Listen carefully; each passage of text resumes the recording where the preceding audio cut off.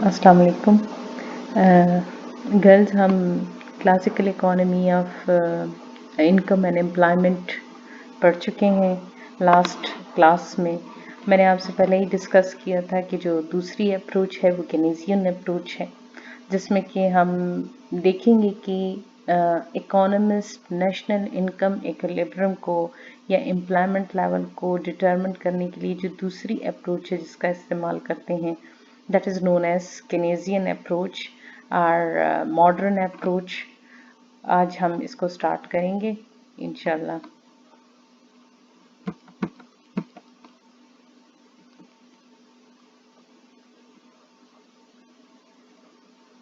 अच्छा girls, let's see what was the previous topic. As we know from the previous lecture that classical belief on laissez-faire economy and self-reinforcing mechanism, demand and supply in the economy to achieve full employment in the long run. क्या आप लोगों को थोड़ा बहुत याद हो तो लेजिस fair का जिक्र हमने इसी इंटेंशन के साथ किया था कि यहाँ कोई गवर्नमेंट की इंटरफेरेंस नहीं होगी, बल्कि डिमांड और सप्लाई खुद अपनी सेल्फ एडजस्टमेंट से इकोनॉमी के तमाम रिसोर्सेज को फुली इम्प्लाई करेंगे। अच्छा, ये होगा, ये प्रोसीजर कितने टाइम में? ये लॉन्ग रन में होगा। It is not a short run theory.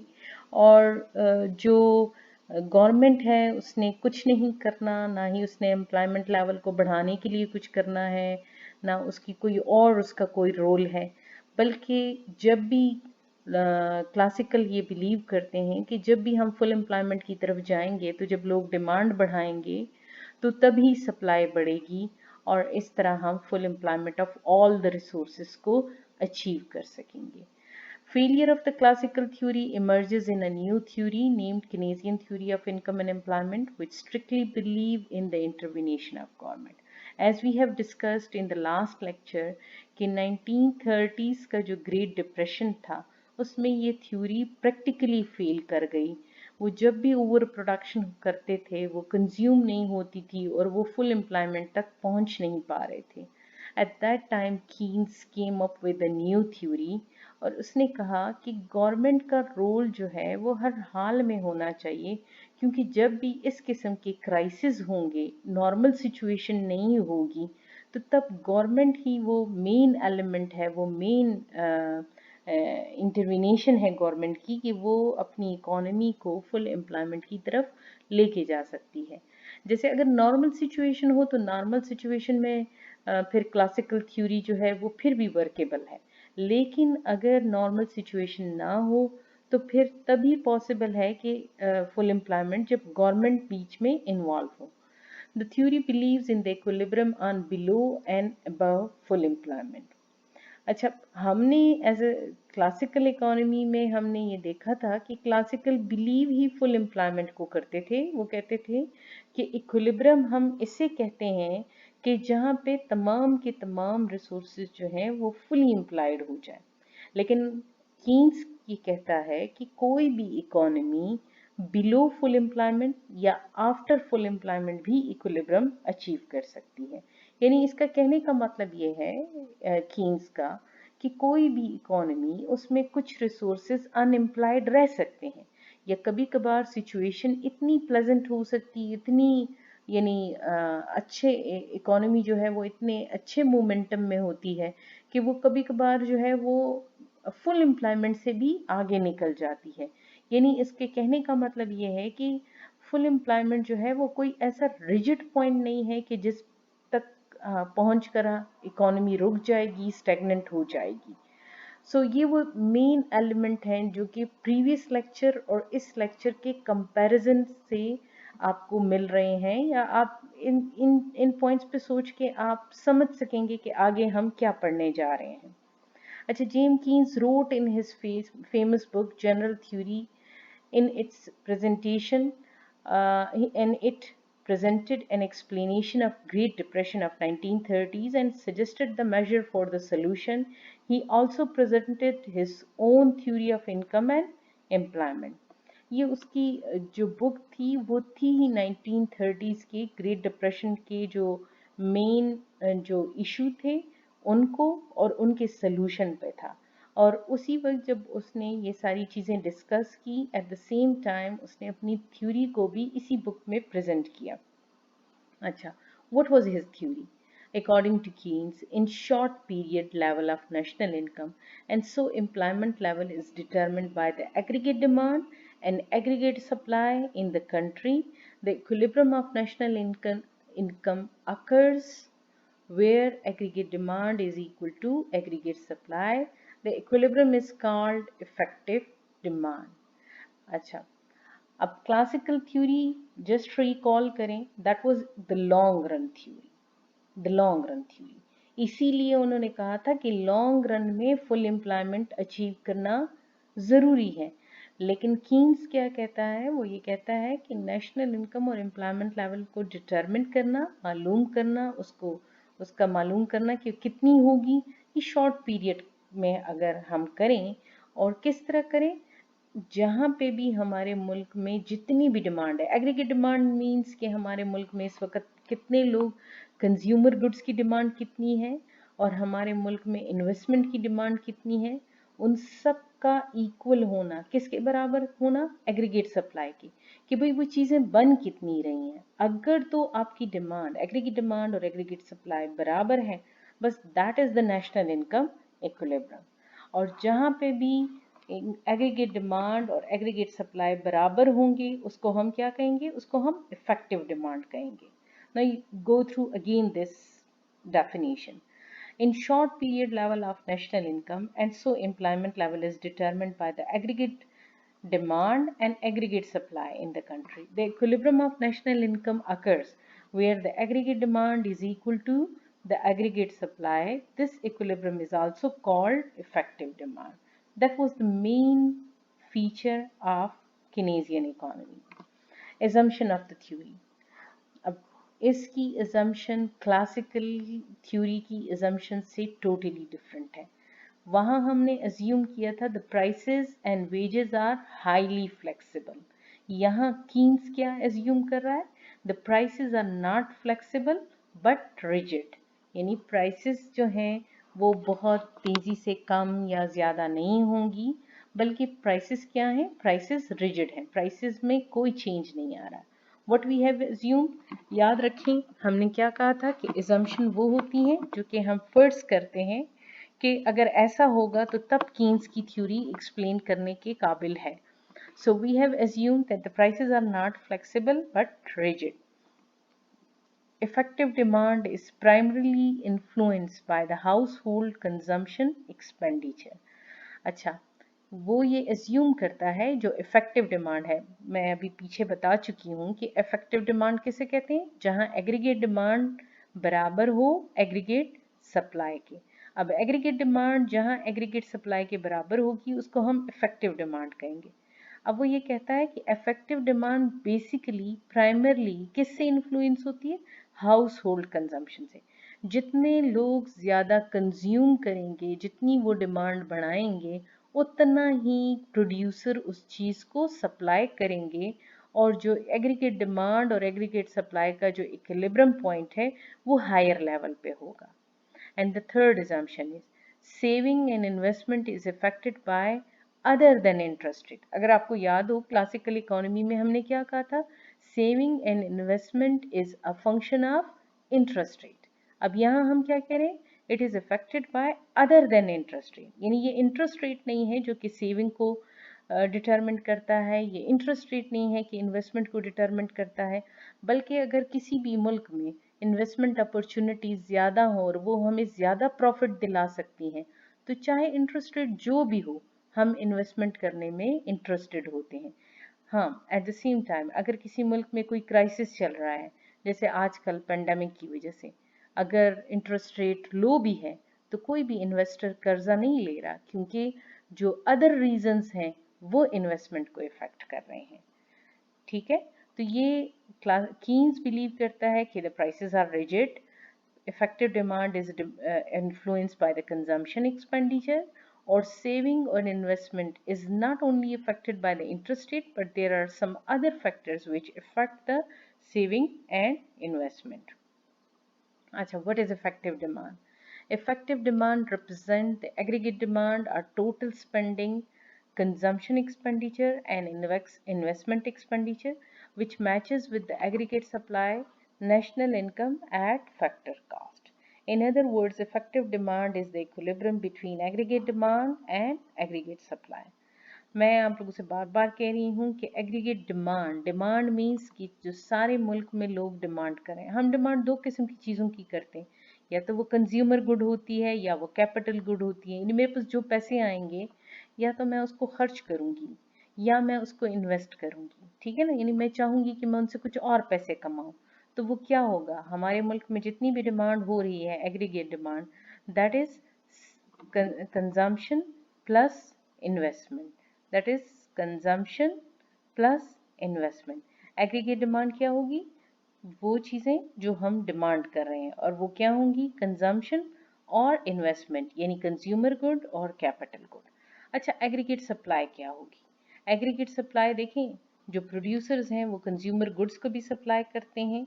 हम लोगों के पास जो पैसे आते हैं या तो वो हम कंज्यूम करते हैं या वो हम सेव करते हैं. ये एग्रीगेट सप्लाई है. The equilibrium position, effective demand. अब इक्विलिब्रियम पोजीशन और इफेक्टिव डिमांड एक ही चीज़ है. Keep it in your mind.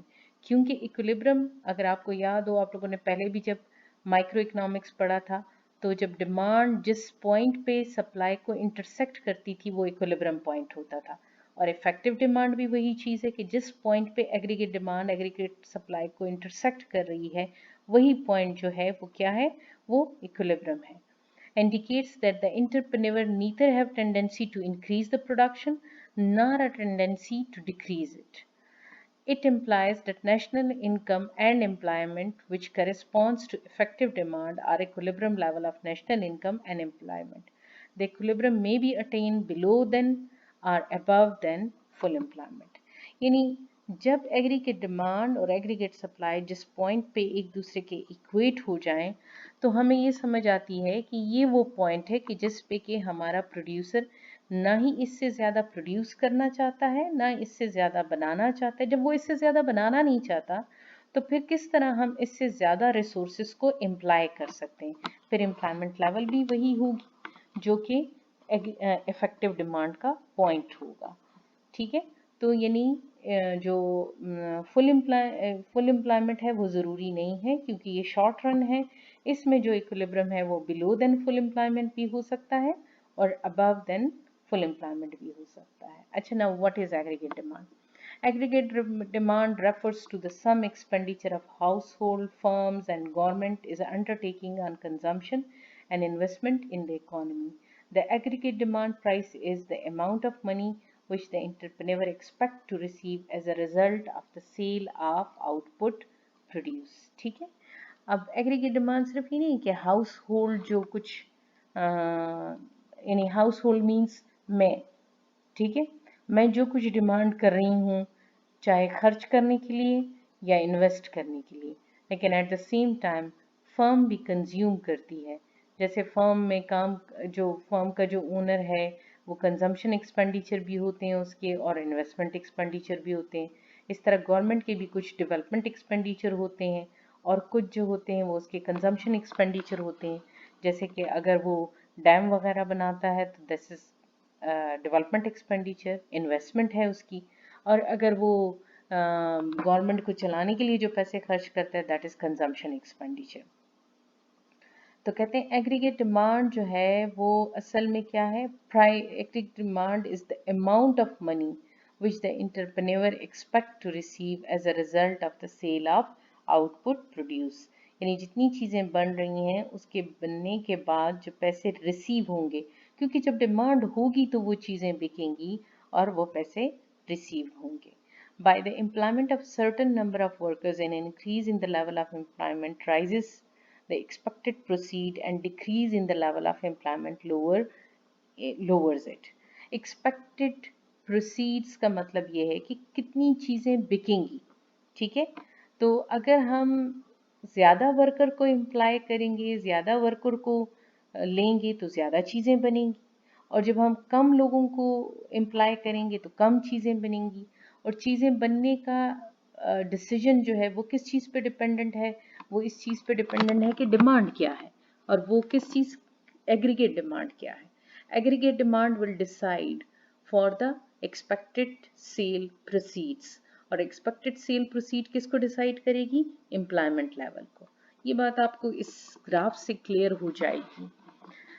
हमने यहाँ वाई एक्सिस पे कंजम्पशन और इन्वेस्टमेंट को लिया है, ठीक है। और आप सब कंजम्पशन के फंक्शन को जानते हैं, वो ज़ीरो से शुरू नहीं होता, वो कभी भी जो है ये यहाँ से शुरू नहीं होता। द रीज़न इज़ कि वो इसलिए यहाँ से शुरू नहीं होता कि आपके पास जो कंजम्पशन है, when your income is zero, even then you are consuming some of the amount. याद करें ज़रा, अपना कंजम्पशन का चैप्टर खोलें तो आपको ये चीज़ क्लियर हो जाएगी कि हमने वाई एक्सिस पे कंजम्पशन को लिया है, नीचे हमने लेवल ऑफ नेशनल इनकम को लिया है एक्स एक्सिस पे, और एग्रीगेट डिमांड कर्व किस चीज़ को रिप्रेजेंट कर रहा है, C plus I, and this is positively correlated with the national income. जो जो हमारी नेशनल इनकम बढ़ेगी, लोग जो हैं वो ज़्यादा डिमांड करने लगेंगे। लेट सपोज अगर मैं इस पॉइंट की बात कर रही हूँ, तो इस पॉइंट पे जो अगर नेशनल इनकम कम है तो कंजम्पशन भी कम है। लेकिन अगर हम आगे जाएंगे और इस पॉइंट की बात करेंगे, तो अगर नेशनल इनकम ज़्यादा होगी तो हमारी कंजम्पशन भी ज़्यादा होगी, ठीक है।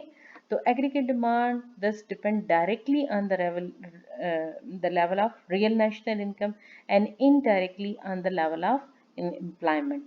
क्योंकि जब नेशनल इनकम बढ़ेगी, जब लोग ज़्यादा डिमांड करेंगे, तो क्या होगा, फिर एम्प्लॉयमेंट लेवल भी बढ़ेगी, ठीक है।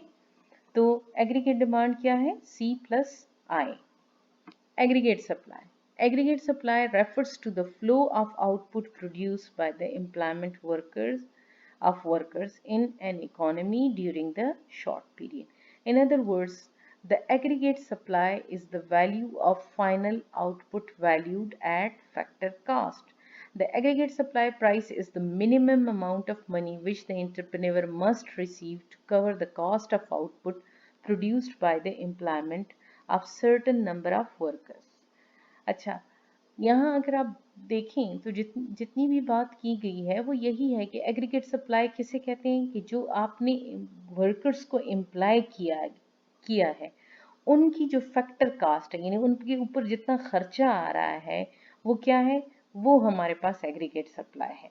Aggregate supply price is the minimum amount of money which the entrepreneur must receive to cover the cost of output produced by the employment of a certain number of workers। यानी आपका जितना आप अगर supply करने के तभी काबिल होंगे जब आपके पास इतने पैसे होंगे कि आप उन रिसोर्सेज को एम्प्लॉय कर सकें, उनको जॉब दे सकें और उनका खर्चा उठा सकें, तब आप इस चीज़ को कवर कर सकते हैं। The aggregate supply is denoted by OS because a part of this is consumed and the other part is saved in the form of inventories of unsold output। देखें, जितना भी पैसे आते हैं हमारे पास, या तो हम उसको कंज्यूम करते हैं या हम सेव करते हैं। जब वर्कर्स को पैसे मिलते हैं तो या तो वो उसको कंज्यूम करते हैं या वो सेव करते हैं। इसीलिए हमारे पास जो एग्रीगेट सप्लाई का कर्व है वो हमेशा क्या होता है, C प्लस S के बराबर होता है, यानी कंजम्पशन प्लस सेविंग की। So we have come to know कि जो एग्रीगेट सप्लाई है वो क्या है, वो ये है कि जो आपकी एम्प्लॉयमेंट लेवल है वो इस हद तक जो लोगों को पैसे मिल रहे हैं, जो वर्कर्स को रिवॉर्ड मिल रहा है, उसको हम एग्रीगेट सप्लाई कहते हैं। यानी जो आपका एंटरप्रेन्योर है, उसको जो फैक्टर कास्ट है, यानी वो कितनी लैंड ले रहा है, कितनी लेबर ले रहा है, कितना कैपिटल ले रहा है, उन सबको जो उनका रिवॉर्ड पे करेगा, दिस इज एग्रीगेट सप्लाई। जब लोगों को पैसे मिल जाएंगे, या तो वो उसे कंज्यूम करेंगे या वो उसे सेव करेंगे, ठीक है। This is the aggregate supply curve. अच्छा देखें, ये जीरो एक्सिस से शुरू हो रहा है। ये अनलाइक कंजम्पशन, कंजम्पशन तो यहाँ से ऊपर से शुरू होती थी, लेकिन ये बिल्कुल ही जीरो एक्सिस से शुरू हो रहा है। अच्छा, now the question may be arises कि अगर आपको याद हो तो सेविंग तो नेगेटिव उससे शुरू होता था, तो ये फिर कैसे पॉजिटिव में चला गया है। तो अगर आप देखें, कंजम्पशन और सेविंग को जब आप प्लस करेंगे तो आपने पहले चैप्टर में पढ़ा था कि अगर कंजम्पशन का फंक्शन होता था कि 40 प्लस 0.6y, तो सेविंग का फंक्शन होता था -40 प्लस 0.4y, तो वो 40 और 40 कैंसिल हो जाएगा और ये जीरो एक्सेस से शुरू होगा। अगर आप लोगों को ये चीज़ क्लियर नहीं हुई तो फिर आप मुझे दोबारा क्वेश्चन पूछें इससे। अगर आपको पहला चैप्टर में ये चीज़ क्लियर नहीं है तो आप पूछें, मैं आपको एक्सप्लेन कर दूंगी। The aggregate supply curve is positively slope indicated that as the level of employment increases, the level of output also increases, thereby increasing the aggregate supply. The aggregate supply depends upon the level of employment through the economy's aggregate production function. अच्छा, अब ये क्या बता रहा है कि जैसे ही आपकी जो एम्प्लॉयमेंट लेवल बढ़ती है तो आपकी कंजम्पशन और आपकी सेविंग भी बढ़ती है। इन दोनों का पॉजिटिव को रिलेशनशिप है और एक के बढ़ने के साथ दूसरा ऑटोमेटिकली उसी प्रोपोर्शन में बढ़ता है। अच्छा, अब कैसे मुल्क की एम्प्लॉयमेंट लेवल का फैसला कैसे होगा? वो ऐसा होगा कि जहाँ पे भी एग्रीगेट डिमांड बराबर होगी एग्रीगेट सप्लाई की, यानी हम देखेंगे कि हमारे मुल्क में डिमांड क्या है, उसी हिसाब से हम सप्लाई करेंगे। According to Keynes, the equilibrium level of national income and employment are determined by the interaction of aggregate demand curve and aggregate supply curve. The equilibrium level of national income determined by the equality of aggregate demand and aggregate supply does not necessarily indicate the full employment level. यानी अब ये जहन में clear रख लें कि aggregate demand जहाँ पे एग्रीगेट सप्लाई को इक्वेट करेगा, इट डज नॉट मीन कि ये फुल एम्प्लॉयमेंट है। ये फुल एम्प्लॉयमेंट हरगिज नहीं है। मे बी फुल एम्प्लॉयमेंट हो, लेकिन may be below full employment हो, may be after full employment हो। The equilibrium position between aggregate demand and aggregate supply can be below or above the level of full employment, as shown in the curve in the next slide. अच्छा, ये आप लोगों का जो है ये वही जो आपके पास एग्रीगेट डिमांड है, ठीक है। एग्रीगेट डिमांड का कर्व कौन सा है? ये C प्लस आई का, ठीक है। ये C प्लस आई का जो कर्व है ये एग्रीगेट सप्लाई के कर्व को E पे इंटरसेक्ट कर रहा है, ठीक है। ये E पे इंटरसेक्ट कर रहा है और जब ये E पे इंटरसेक्ट कर रहा है तो इसका इफेक्टिव डिमांड कौन सा है? ये पॉइंट E है। ये पॉइंट E जो है ये इसका इफेक्टिव डिमांड है। लेकिन आप यहाँ नोट करें, मैंने यहाँ लिखा है C प्लस आई। यहाँ गवर्नमेंट का कोई रोल हमने नहीं डाला। लेकिन अगर ये बिलो फुल एम्प्लॉयमेंट है, लेट्स सपोज ये जो पॉइंट E है, इस वक्त मुल्क में एम्प्लॉयमेंट लेवल लो है और हुकूमत क्या चाहती है कि एम्प्लॉयमेंट लेवल को बढ़ाए, तो वो क्या करेगी? अपनी इन्वेस्टमेंट डालेगी। अपनी इन्वेस्टमेंट कैसे डालेगी? वो एक डैम बनाना शुरू कर देगी, वो रोड्स बनाना शुरू कर देगी, वो बिल्डिंग बनाना शुरू कर देगी।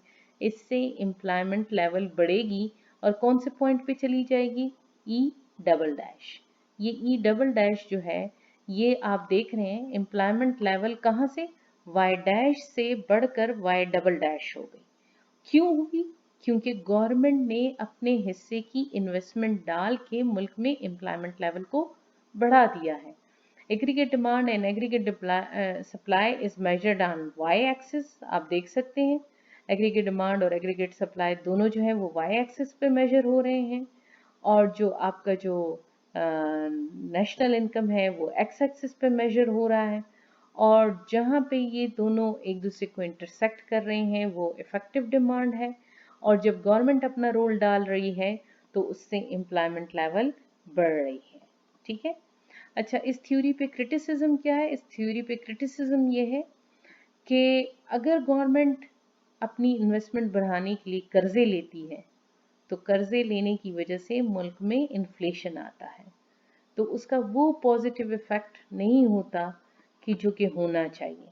अच्छा, सेकेंडली गवर्नमेंट जो है वो जब अपनी इन्वेस्टमेंट बढ़ाती है तो इन्वेस्टमेंट पे या प्रोडक्शन पे उसका होल्ड ज़्यादा हो जाता है और प्राइवेट सेक्टर को वो डिस्करेज कर देती है, ठीक है। अच्छा, अब इसमें इम्पॉर्टेंट क्वेश्चन क्या है? ये जो आपके पास शॉर्ट क्वेश्चन है ये 2 मार्क्स के हैं। Why Keynes opinion is different from the classical thought, ये पहली ही स्लाइड है। What is the main idea of the Keynesian philosophy, ये सेकंड स्लाइड है। इफेक्टिव डिमांड क्या है ये भी एक स्लाइड में क्लियरली मेंशन है। Right down the assumption of Keynesian model clear है। हाँ, जहाँ लॉन्ग क्वेश्चन की बात आती है आपने फिर इन सब चीज़ों को लिखना है। ठीक है, थैंक यू। और आप इस चीज़ को एक दो दफ़ा सुनिए, आपको जो भी मसला हो, मुझे पता है ये मुश्किल टॉपिक है, ये अगर मैं कॉलेज में करवा रही होती तो हम इसकी प्रैक्टिस करते बार बार कि एग्रीगेट डिमांड को कैसे बनाया जाएगा, एग्रीगेट सप्लाई को कैसे बनाया जाएगा। अब यही होगा कि इस क्लास की अटेंडेंस जो है वो मैं इस बेस पे लगाऊंगी कि आप लोग एग्रीगेट डिमांड और एग्रीगेट सप्लाई को बनाएं, और ये जो नेशनल इनकम इक्विलिब्रियम है इसको बना के और मुझे उसकी पिक्चर्स व्हाट्सएप करें। और आप लोगों ने मुझे बताना है कि जो भी चीज़ आपको समझ नहीं आई उसको मुझे दोबारा से क्वेश्चन करना है। अल्लाह हाफिज़।